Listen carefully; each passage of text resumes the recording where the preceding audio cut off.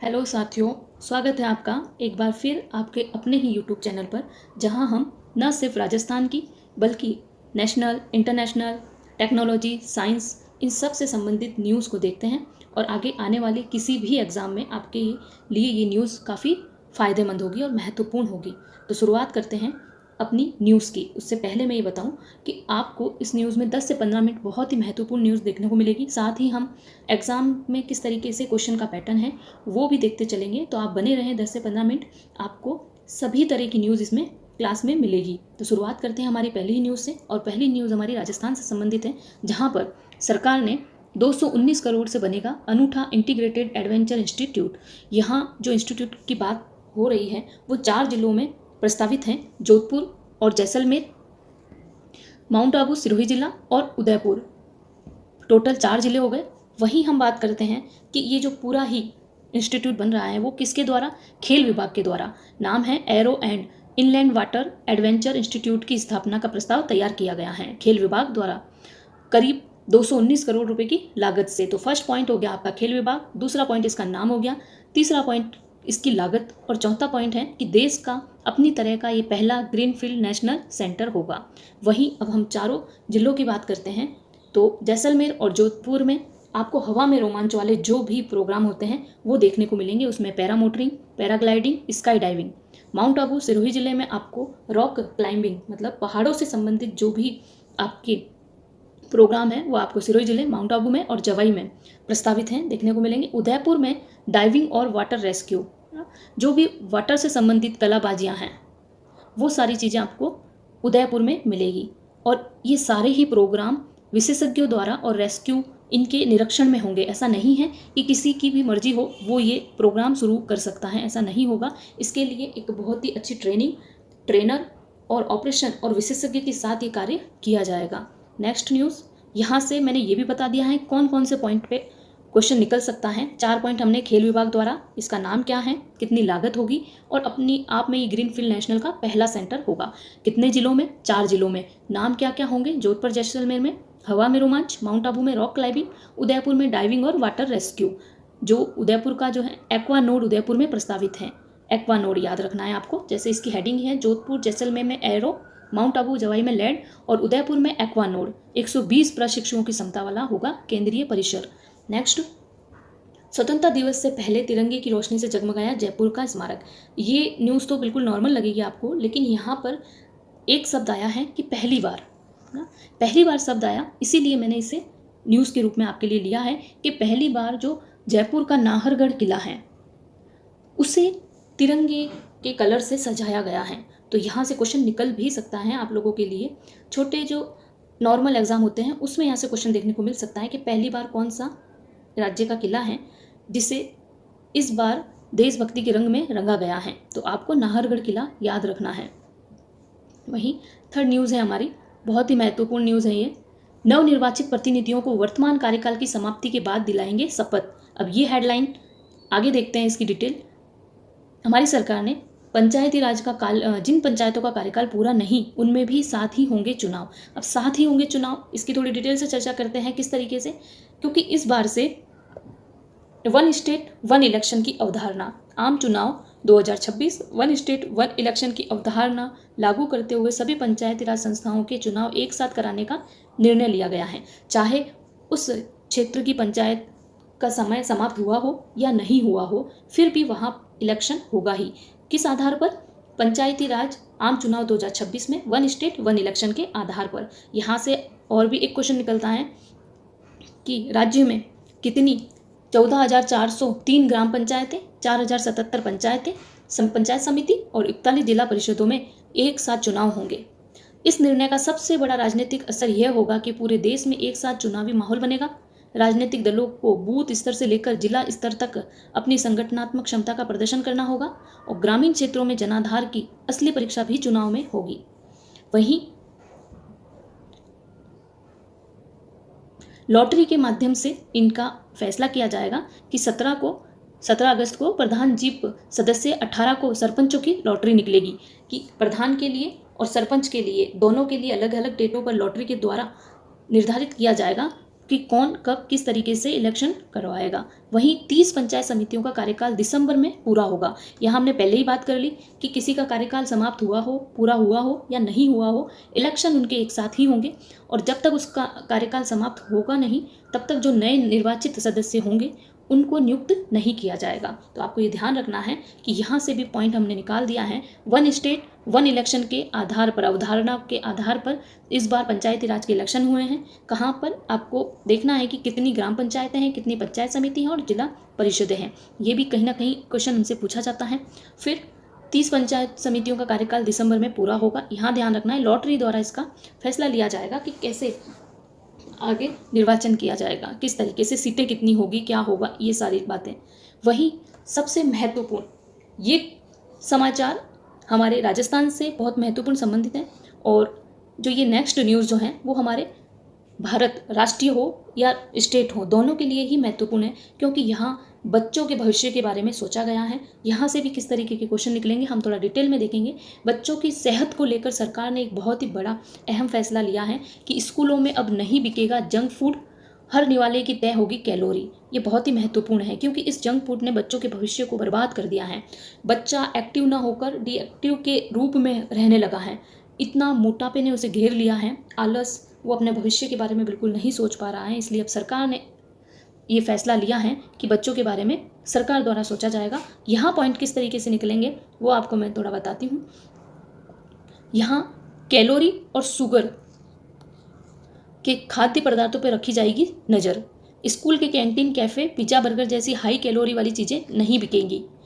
केंद्र सरकार इन नियमों को जल्द लागू करने जा रही है। ये नियम इसी शिक्षा सत्र में निजी हो, सरकारी हो या अर्धशासकीय स्कूल हो, सभी पे लागू होगा। ऐसा नहीं है कि सिर्फ ये सरकारी स्कूलों पर लागू होगा, ये सभी प्रकार के स्कूलों पर ये नियम लागू होगा और देश के लगभग 24.69 करोड़ बच्चे इसके क्षेत्रों में आएंगे। यहाँ खास बात यह है कि इस तरीके का सेफ्टी फूड बिल जो है पहले भी पास किया जा चुका है 2020 में, है ना। Safe food and balanced diets for children in school regulation 2020 में केवल हाई कैलोरी और हाई शुगर न देने की बात थी, लेकिन इसकी मात्रा तय नहीं थी। इस बार जो ये बिल आया है उसमें इनकी मात्रा भी तय की गई है। तो हम डिटेल में देखेंगे कि कितनी मात्रा तय की गई है, जहाँ पर ठोस में कितनी कैलोरी और शुगर नमक होगा और तरल में कितना होगा। तो यहाँ पर जो कैलोरी सरकार द्वारा निर्धारित की गई है मात्रा उनकी, वो देखेंगे हम। ये प्रति ग्राम में है। ठोस के लिए कैलोरी 4.2 ग्राम, जिसमें शुगर में 3 पॉइंट और नमक में 0.625। वहीं तरल के लिए 1.5, शुगर में 2.2 ग्राम, सिर्फ 2 ग्राम, और नमक में 0.175। तो आपको ये डेटा याद रखना है क्योंकि क्वेश्चन इसी तरीके का बनेगा। सिंपल क्वेश्चन नहीं पूछा जाएगा, क्वेश्चन होंगे लाइन बाय लाइन। आपको वहाँ पर कैलोरी और शुगर की मात्रा ये दोनों आपको इंक्लूड करना है। यहाँ पर नमक है, कितनी कैलोरी नमक के लिए, कितनी कैलोरी शुगर के लिए, और तरल के लिए कितनी है और ठोस के लिए कितनी है, ये भी आपको याद रखना है। कहाँ लागू होगा, क्या असर होगा। ये नियम जो है स्कूल के गेट से 50 मीटर दायरे तक लागू होगा। इससे स्कूल परिसर में canteen, cafe, mess, hostel mess जैसे सभी खान पान के सेंटर आ जाएंगे। वहीं नए मिड डे मील से लेकर निजी स्कूलों, कैंटीनों तक लागू होगा। नए नियमों में शीतल पेय, पिज्ज़ा, बर्गर जैसे खाद्य पदार्थ बिकना बंद या कम हो सकते हैं। तो ये बच्चों के लिए बहुत ही महत्वपूर्ण न्यूज़ है और इससे हमारे आने वाले बच्चों का भविष्य सुरक्षित रहेगा। इसी पहल पर सरकार ने ये योजना लागू की है। वहीं ट्रिब्यूनल सुधार विधेयक 2026, ट्रिब्यूनल सुधार बिल से न्याय व्यवस्था होगी मजबूत। मेघवाल केंद्रीय कानून मंत्री हैं अर्जुन राम मेघवाल। उन्होंने कहा कि ट्रिब्यूनल सुधार विधेयक 2026 भारत की न्यायिक व्यवस्था के लिए, ये किस लिए बिल लाया जा रहा है, भारत की जो न्यायिक व्यवस्था है उस व्यवस्था को मजबूत करने वाला महत्वपूर्ण सुधार है। उन्होंने राज्यसभा में विधेयक पर चर्चा का जवाब देते हुए कहा कि भारत के निर्माण के लिए सिर्फ सड़क, रेल, बंदरगाह और हवाई अड्डों के साथ मजबूती कानून ढांचा भी जरूरी है, क्योंकि कानून का ढांचा अगर मजबूत नहीं होगा तो बाकी किसी भी मजबूती के लिए कोई इतनी उपयोगिता है ही नहीं। कानून का मजबूत होना बहुत ज़रूरी है। कानून मजबूत होगा तो अपने आप में ही दूसरी व्यवस्था भी मजबूत होगी। मेघवाल ने बताया कि विधेयक में राष्ट्रीय ट्रिब्यूनल आयोग के गठन का प्रस्ताव रखा गया है और इसकी अध्यक्षता कौन करेगा, अध्यक्ष कौन होगा, या तो वो होगा सुप्रीम कोर्ट के पूर्व न्यायाधीश या होंगे हाई कोर्ट के पूर्व मुख्य न्यायाधीश। तो इस तरीके से ट्रिब्यूनल 2026 जो न्यायिक सुधार के लिए विधेयक लाया गया है वो राज्यसभा में चर्चा का विषय बना है, उसे राज्यसभा में पारित किया गया है। वहीं दूसरी न्यूज़, न्याय समय पर और निष्पक्ष भी मिले, पूनिया द्वारा ये कहा गया है। राजस्थान से भाजपा सांसद और हरियाणा भाजपा प्रभारी डॉक्टर सतीश पूनिया ने मंगलवार को राज्यसभा में अधिकरण सुधार विधेयक 2026 पर चर्चा के दौरान कहा कि लोकतंत्र में न्याय केवल मिलना पर्याप्त नहीं है, बल्कि वह समय पर निष्पक्ष और पारदर्शी तरीके से मिलना भी चाहिए। तो यहाँ पर भी सिर्फ न्याय की बात नहीं की गई है, ये कहा गया है कि न्याय तो मिले लेकिन समय पर मिले। ऐसा ना हो कि जो व्यक्ति न्याय की मांग कर रहा हो वो व्यक्ति रहे ही ना और उससे फिर में बाद में न्याय मिले, तो न्याय का उसके लिए कोई उपयोग नहीं है। निष्पक्ष न्याय मतलब अगर उसको सही तरीके से न्याय प्राप्त नहीं होगा तब भी उसका न्याय के कोई उपयोग नहीं रहेगा। और पारदर्शी न्याय, तो ये सारी ही बातें बहुत ही महत्वपूर्ण है एक व्यक्ति के न्याय को लेकर। उन्होंने कहा कि प्रभावी अधिकरण व्यवस्था से आमजन का न्याय प्रणाली पर भरोसा मजबूत होगा। बिल्कुल, राज्यसभा ने मंगलवार को विधेयक को मंजूरी दे दी है। उन्होंने करीब 5.24 लाख लंबित मामलों का उल्लेख करते हुए कहा कि इनका समयबद्ध निस्तारण बड़ी चुनौती है। तो इन सभी बातों को देखते हुए एक महत्वपूर्ण न्याय प्रणाली का होना जरूरी है। वहीं हमारी इंटरनेशनल न्यूज़ देखेंगे कि भारत ने नेपाल के लिए 80 करोड़ की 8 विकास परियोजनाओं के लिए समझौता किया है। तो भारत ने समझौता किया है, नेपाल को 80 करोड़ रुपए दिए हैं और नेपाल के लिए 8 परियोजनाएं लागू की गई है। वो परियोजनाएं किन किन से संबंधित हैं? शिक्षा, स्वास्थ्य, कृषि सहित विभिन्न क्षेत्रों में 8 उच्च प्रभावशाली विकास परियोजनाओं के लिए नेपाल को 80 करोड़ नेपाली रुपए से अधिक की सहायता देने की घोषणा की है भारत ने। भारतीय दूतावास द्वारा जारी एक प्रेस विज्ञप्ति के अनुसार नेपाल सरकार विभिन्न एजेंसियों ने भारत को 80.3 करोड़ नेपाली रुपए की अनुदान सहायता से देश भर में 8 अलग अलग परियोजनाओं के लिए समझौता ज्ञापन हस्ताक्षर किए हैं। इन परियोजनाओं में सुनहरी जिले में बीपी कोइराला स्वास्थ्य एवं विज्ञान संस्थान का डिजिटलीकरण, भोजपुर जिले में कृषि उत्पादन संकलन तथा बिक्री केंद्र का निर्माण और धादिंग जिले में नगर कृषि एवं पशुपालन केंद्र भवन का निर्माण शामिल है। तो आपको ध्यान रखना है कि क्यों की गई है, योजनाएं कौन कौन सी हैं, किन्हें लाभ होगा, ये सारी ही यहाँ पर न्यूज़ में हमने देखा। नेक्स्ट और अंतिम, ये हमारी लास्ट और महत्वपूर्ण योजना है, क्योंकि अमेरिका द्वारा भारत का जो इसरो है उससे मून बेस प्रोग्राम में शामिल होने के लिए इनविटेशन दिया गया है। तो ये भारत के लिए अपने आप में महत्वपूर्ण न्यूज़ है, जहाँ पर अमेरिका ने भारत को शामिल करने के लिए बात कही है। अमेरिका का नासा है, उसने इसरो को मून बेस प्रोग्राम में शामिल होने के लिए कहा है। थोड़ा डिटेल से देखेंगे हम।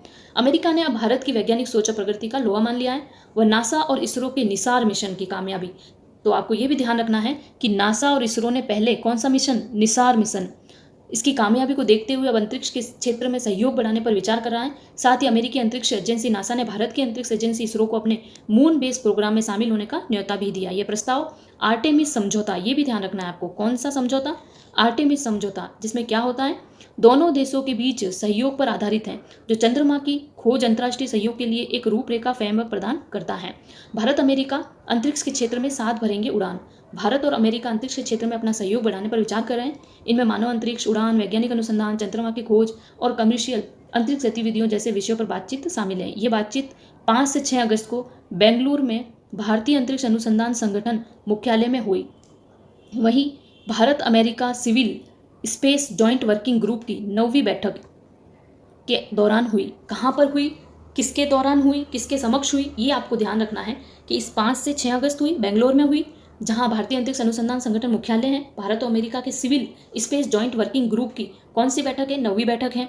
इस बैठक में इसरो और नासा ने अमेरिकी विदेश विभाग के अधिकारी शामिल हुए ताकि मौजूदा सहयोग की समीक्षा की जा सके, साझेदारी के नए क्षेत्रों पर चर्चा की जा सके। भारत में अमेरिका के दूतावास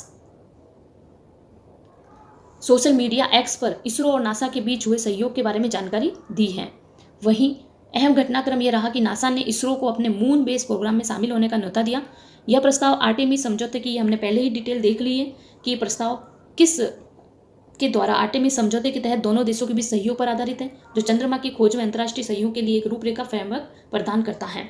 तो यहाँ बहुत ही महत्वपूर्ण घोषणा की गई है, अमेरिका और भारत के लिए ही महत्वपूर्ण है, क्योंकि पहले जो इनका निसार कार्यक्रम मिशन जो है वो सफलता से पूर्ण हो चुका है। तो उसी को देखते हुए नासा और इसरो मून बेस प्रोग्राम में भी दोनों शामिल होने का विचार कर रहे हैं। नासा द्वारा इसरो को इसके लिए आमंत्रित किया गया है। तो एक बार फिर लास्ट में हम हेडलाइन देख लेते हैं कि हमने क्या क्या डिस्कस किया है आज की न्यूज़ में। पहला हमने देखा राजस्थान में 219 करोड़ में बनेगा अनूठा इंटीग्रेटेड एडवेंचर इंस्टीट्यूट 4 जिलों में, जोधपुर जैसलमेर, माउंट आबू सिरोही जिला और उदयपुर में। वहीं हमने देखा कि पहली बार नाहरगढ़ किला जो है इसको तिरंगे की रोशनी से सजाया गया है। वहीं देखा जिन पंचायतों का कार्यकाल पूरा नहीं हुआ है उनमें भी इस बार जो है पंचायती राज चुनाव वन स्टेट वन इलेक्शन की अवधारणा पर किया जा रहा है, तो उन्हें भी इसमें सम्मिलित होना है, चाहे उनका कार्यकाल पूरा हो या न हो। नेक्स्ट, स्कूलों में नहीं बिकेगा जंक फूड, हर निवाले की तय होगी कैलोरी। यहाँ पर कैलोरी और शुगर दोनों की तय किया गया है, ठोस में भी और तरल में। ठोस में 4.2 कैलोरी, 3 शुगर, 0.625 नमक, और तरल में 1.5 कैलोरी, 2 शुगर, 0.175 नमक में। तो यहाँ पर कितनी एरिया जो होगा वहाँ ये जंक फूड नहीं मिलेंगे।